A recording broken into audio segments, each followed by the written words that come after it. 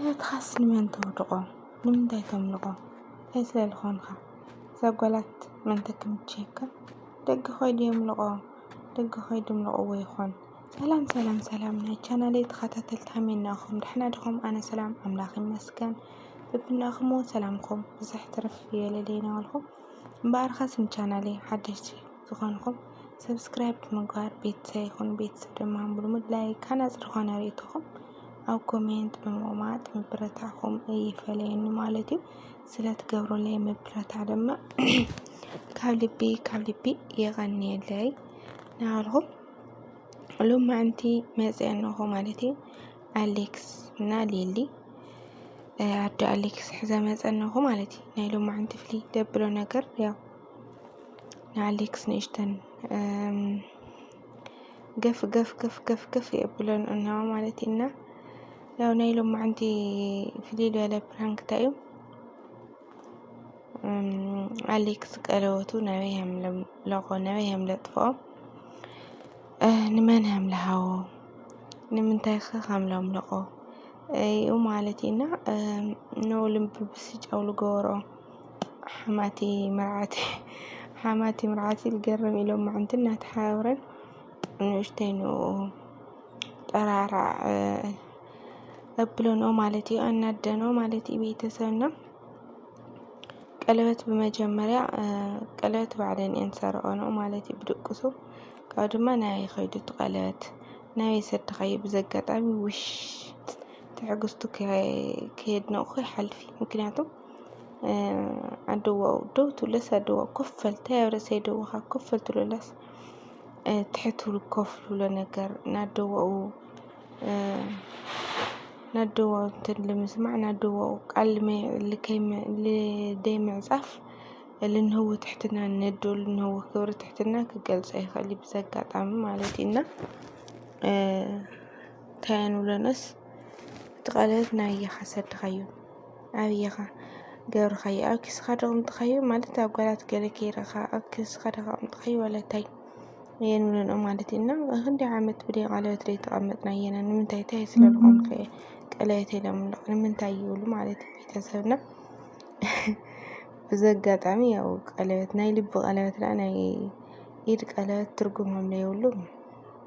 ኩላትና ንፈልጦ ኢና ግን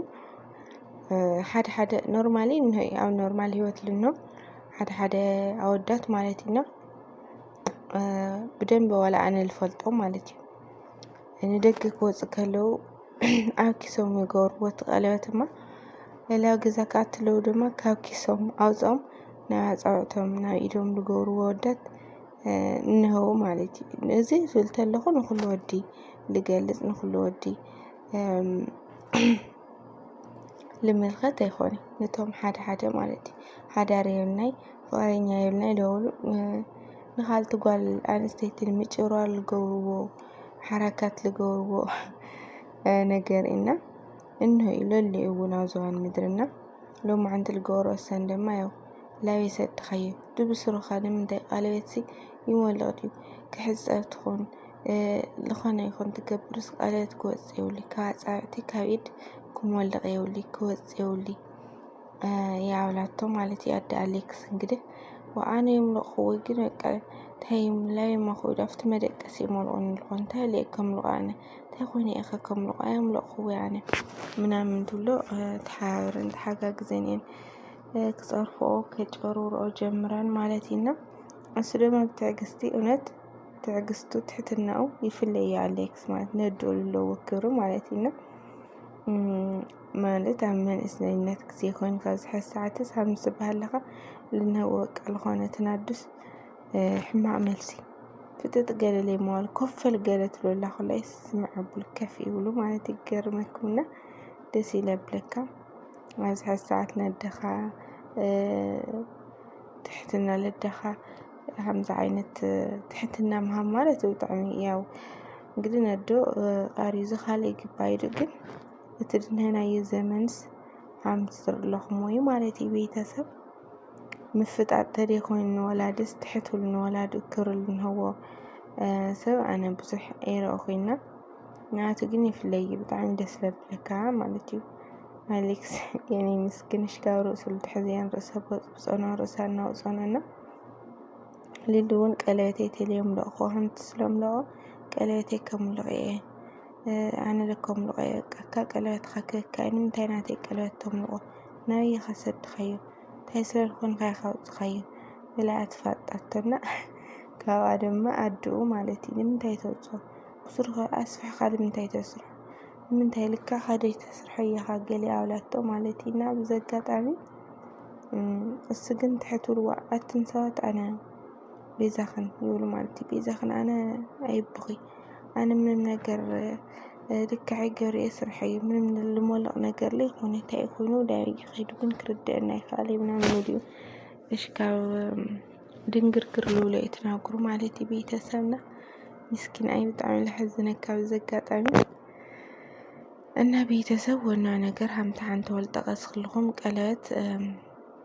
ናይ ኢድ ናይ ኣጻብዕቲ ቀለበት ምንም ትርጉም የብሉ ግን ያው እቲ ባህልና መሰረትስ እንታይ ይባሃልስ ቀለበት ክወፅእ የብሉ ቀለበት ትገበረ ቀለበትስ ክወፅእ የብሉ ኣብ ሕማቕ ይኹን ኣብ ፅቡቕ ይኹን ትሕፀ ይኹን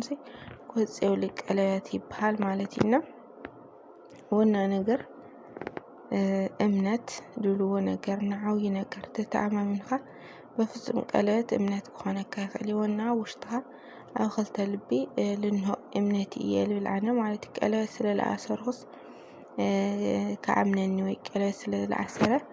ከኣምኖ ይኾነ እየ በሃልቲ ኣነ ማለት እዩ ቤተሰብና ቀለበትስ ብልቢ ክኾተት ትኾን እየ ኣነ ብእውነት እዚ ቀለበት ክበሃል ከሎ ብፍጹም ኣይኣምነሉይ ማለት እዩ ብሓቂ ኣይኣምነሉይ በጭራሽ እውን ያው ልባዕለይ እውን ዝኾነ ኣነ እንትን ልብለኒ ነገር የለ ያው ቀለበት እርግጥ ጽቡቕ እዩ ግን ብቀለበት ልእሰር ወይ ብቀለበት ልእመን ነገር የለ በሃልቲ ኣነ ማለት እዩ ቀለበት ኣብ ልቢ ክኾን እንተሎ ጋፃዕቲ ኣብ ልቢ ክኾን እንተሎ እቲ ዝበለፀ ነገር ማለት እዩ ቤተሰብና ብቀለበት እውን ተለይንኣምን ብሓጭን እውን ተለይንኣምን በሃልቲ እና ቤተሰብ በዚ ኣጋጣሚ ሎማዓንቲ ንኣሌክስ ከየድንቑ ይሓልፊ ብጣዕሚ ሪስፔክት ሓቂ ማለት እዩ ለድኡ ልንህቦ ክብሪ ብጣዕሚ ኣድንቐዮ እና ቤተሰብ እስኹም ከ እንታይ ተሰምዐኩም እና ናይ ሎማዓንቲ ቪድዮ እዚ ይመስል ነብሩ ብቐፃሊ ቪድዮ እስካብ ንራኸብ ብዚ ክሰናበተኩም እየ ማለት እዩ ቤተሰብ እና ንቻናለይ ሓደሽቲ ዝኾንኩም ብድጋሚ ሰብስክራይብ ላይክ ብምግባር ቤተሰብ ይኹኑ ቤተሰብ ድማ ብልሙድ ላይክ ናገበርኩም ራእይ ኮሜንትኩም ርእይቶኩም ኣብ ኮሜንት ምቕማጥ ብድጋሚ ምብረታዕኩም ኣይፈለየኒ ማለት እዩ ቤተሰብ እና ብድጋሚ ሰሰናይ ፀፅብቑ ጥዕሙ ለበለ ንዓለኹም ላበልኩ ብዚ ክሰናበተኩም ባይ ባይ ኩራቴ ሰሰናይ ብድጋሚ